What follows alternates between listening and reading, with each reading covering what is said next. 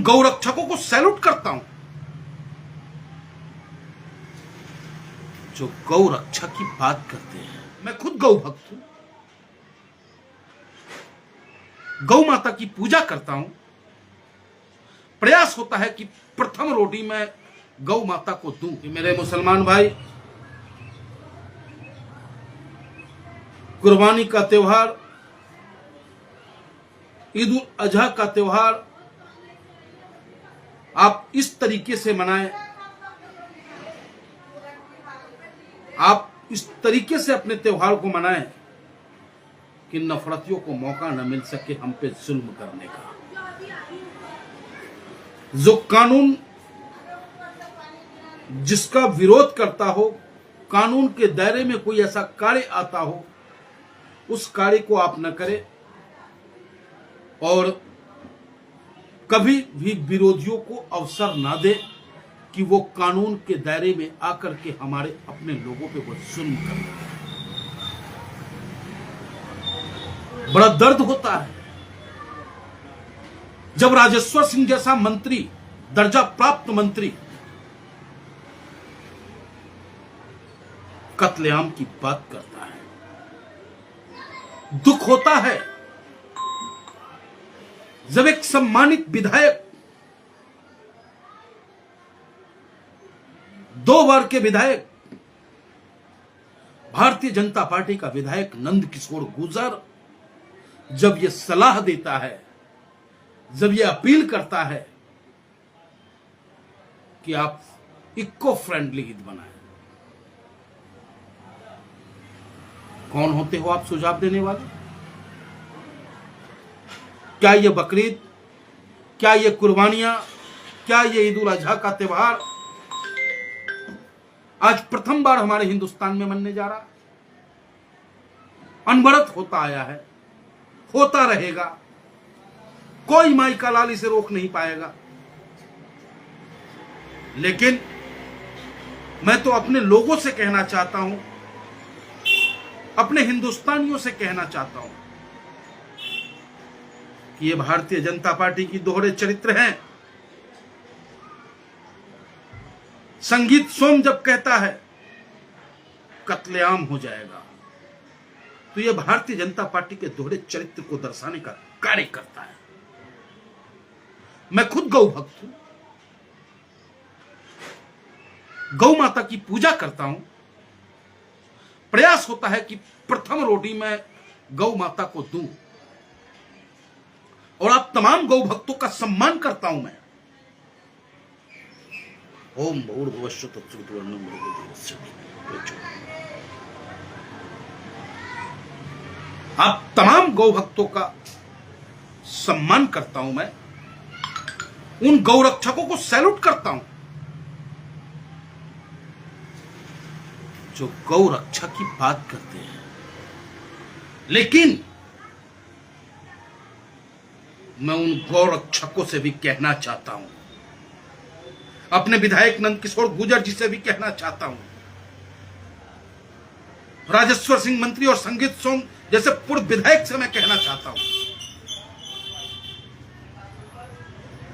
कि गौ हत्या के नाम पर खून खराबे करने वाले लोगों, गौ माता के नाम पर राजनीति करने वाले लोगों, गौ माता के नाम पर ध्रुवीकरण करने वाले लोगों, ए भारतीय जनता पार्टी के लोगों, क्या आपने कभी सोचा है कि आखिर हमारा हिंदुस्तान इस भारतीय जनता पार्टी की शासन में विश्व में सबसे ज्यादा बीफ एक्सपोर्ट करने वाली देश बन गया है? क्यों? क्या ये विधायक, वो राज्य मंत्री और जो अपने आप को गौ माता के सच्चे भक्त कहलाते हैं, वो उस स्लेटर हाउस को बंद कराएंगे? मैं पूछता हूं आपसे, मैं भी गौ माता का भक्त हूं, गौ माता के श्री चरणों में मैं सदैव प्रणाम करता हूं। लेकिन क्या आप पूछेंगे भारतीय जनता पार्टी से कि सबसे ज्यादा इलेक्ट्रो बॉन्ड के नाम पर चंदा लिया गया, वो चंदा देने वाली कंपनी कौन थी? जो काऊ के मांस को एक्सपोर्ट करता है, उस कंपनी से हजारों हजार करोड़ रुपए चंदा लेती है भारतीय जनता पार्टी और फिर बात करती है गौ रक्षा की। अरे मैं तो चाहता हूं कि पूरे हिंदुस्तान में गौ रक्षा पे प्रतिबंध हो, लेकिन आप ऐसा नहीं करेंगे क्योंकि उससे आपको लाभ है, दो तरीके का लाभ है। एक तो ठंड ठंड की ठनकार मिलती है आपको, दूसरा ध्रुवीकरण करने का मौका मिलता है।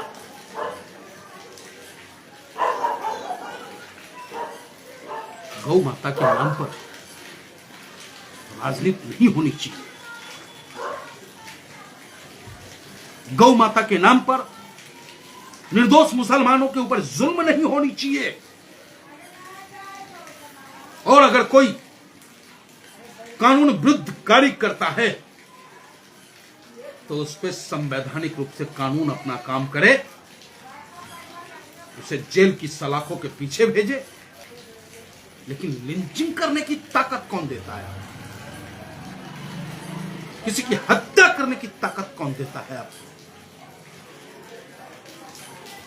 किसके सर पे होता है ये सवाल उठता और सवाल पूछता है ऑल इंडिया मजलिस इत्तेहाद मुस्लिमीन। हद हो गई। एक तरफ हमारा नेता बैरिस्टर असदुद्दीन ओवैसी साहब पूरे वर्ल्ड में जाकर और खासकर मुस्लिम कंट्रियों में, उन कंट्रियों में जो ताकतवर देश कहलाता है, धनाढ्य कहलाता है, जिसकी अर्थव्यवस्था काफी मजबूत है, उन देशों में जाकर के वहां के पत्रकारों की आंखों में आंखें डाल करके हमारा नेता कहता है कि हिंदुस्तान का मुसलमान महफूज है, हिंदुस्तान के मुसलमान सुरक्षित है, हिंदुस्तान के मुसलमान को उसको अपने मजहब को मनाने की पूरी आजादी है।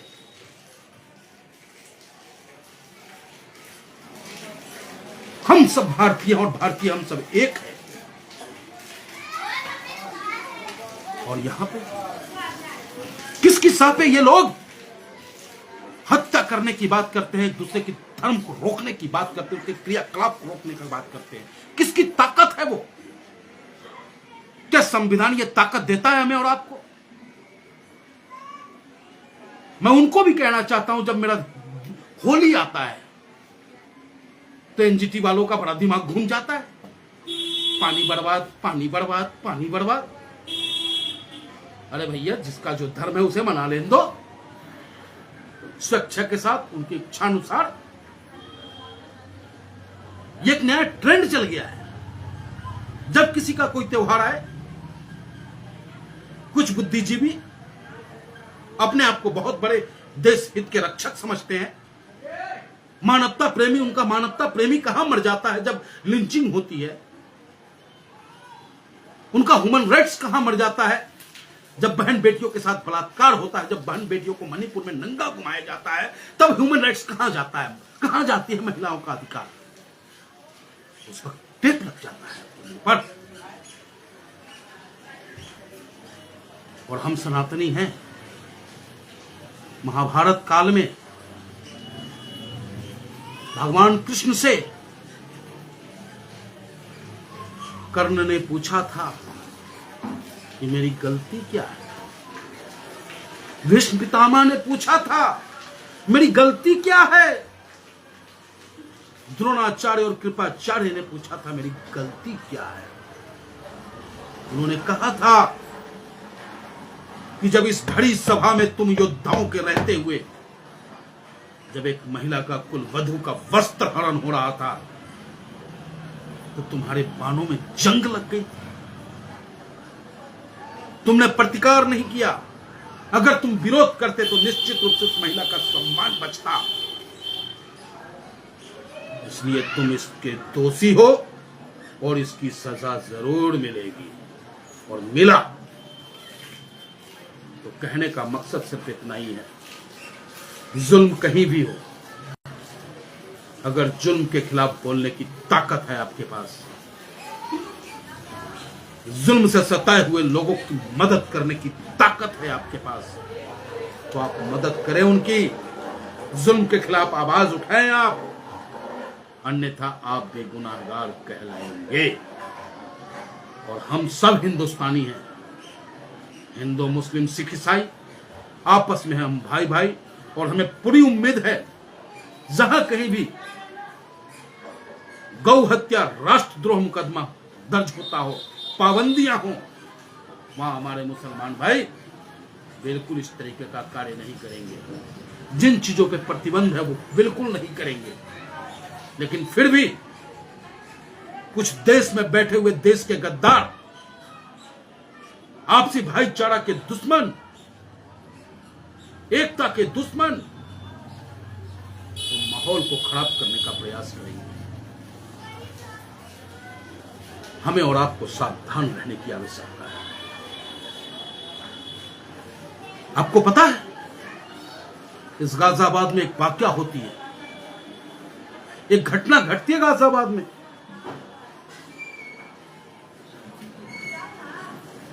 एसी नहीं है दोस्त, पसीना इसलिए चल रहा है,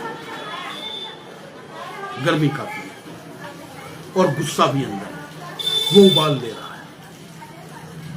इस गाजियाबाद में विगत 25 मई को की रात्रि को नोएडा की पुलिस सिविल वर्दी में गाजियाबाद के मसूरी थाना अंतर्गत नाहल गांव में रेड मारता है एक अपराधी को पकड़ने के लिए।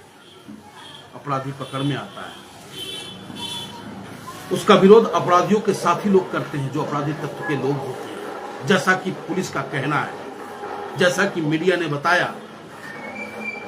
उस दौरान एक जांबाज सिपाही सौरभ देसवाल की हत्या हो जाती है, जिसका पुरजोर विरोध ऑल इंडिया मजलिस इत्तेहाद मुस्लिमीन करता है।